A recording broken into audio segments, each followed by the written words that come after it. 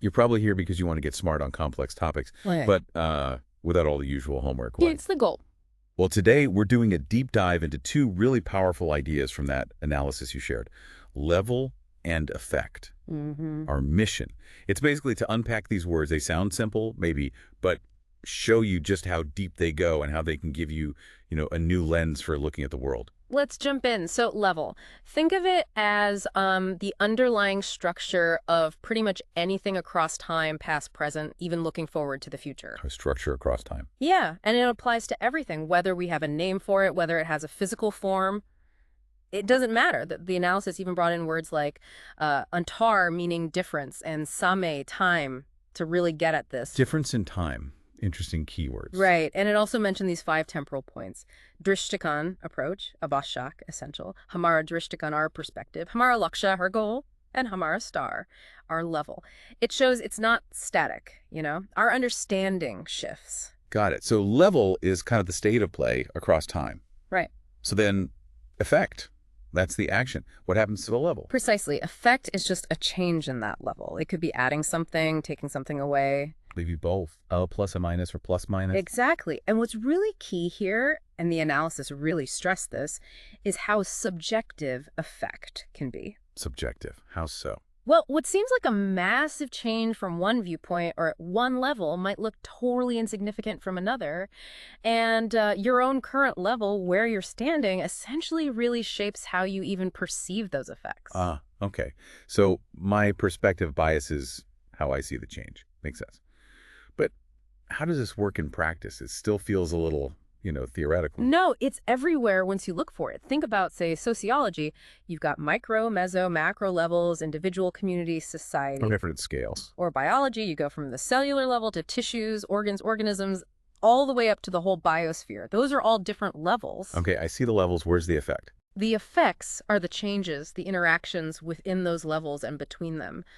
I think the analysis mentioned the pandemic. Yes, right. So the initial change, like down at the molecular level of the virus, Tiny change. it had these huge cascading effects on individuals' health, then communities locking down, global travel, economies. Yeah. Huge shifts at totally different levels. Exactly. A perfect example. And see, thinking this way isn't just for, understanding stuff after the fact. It helps you figure out what to do. How so? For problem solving. Yeah. If you're tackling a problem, try to pinpoint the level where the root cause really lies. The sources probably discuss this. Then trace the effects. Do they ripple up, down? That helps you find where you can actually make a difference. Like if a business is losing money. Yeah. Is the cause at the company level maybe bad strategy? Or is it an effect from a change at the market level, like new competitors? Precisely. Is it marketing? Is it consumer behavior shifting? Analyzing effects across levels helps you aim your solutions much better. Okay. And decision-making too, I guess.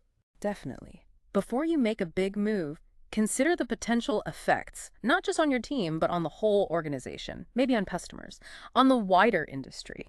Looking across levels gives you that much richer picture of the potential fallout, good or bad. Right. It prevents unintended consequences, maybe. I'm definitely seeing the utility now.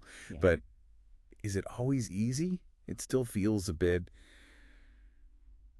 frameworky, are there pitfalls? Well, yeah, it's true. The abstract nature of level can sometimes make drawing clear lines tricky. Where does one level end and another begin?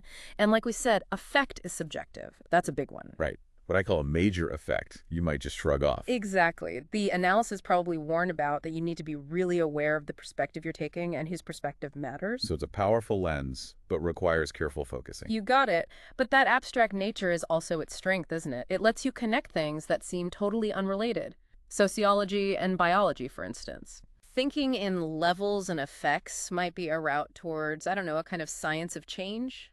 Your materials might have even linked it to things like systems thinking or computational models. Interesting.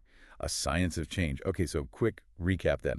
Level is the basic structure or state across time and scale.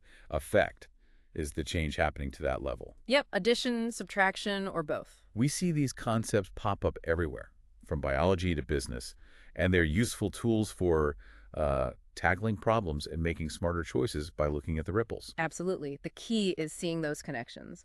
how a nudge here can cause a wave over there, sometimes unexpectedly. This was great. Really clarified things. Thanks for breaking it down. My pleasure. Good discussion. So for everyone listening, here's something to chew on. Think about a challenge you're dealing with right now. Work, personal life, doesn't matter. Try breaking it down.